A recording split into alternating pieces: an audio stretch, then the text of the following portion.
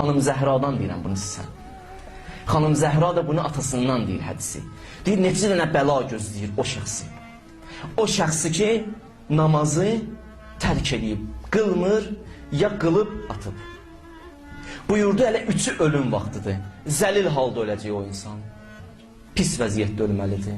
İkinci buyurdu, ac halda dünyasını dəyişər.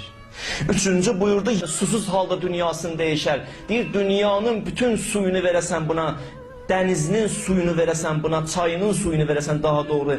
Çayın bütün suyunu içə, amma yenə ətşan gedəcək. Yenə doymur. Yenə suya ehtiyacı var. Buyurdu, qəbirdə də Allah onun üçün bir dənə mələk göndərir. Mələk gələr ona əzab verir. Bu bir. İkinci xüsusiyyət budur, qəbir onu sıxar. Bu iki. Üçüncü də budur, qəlbi zülmətlə dolar.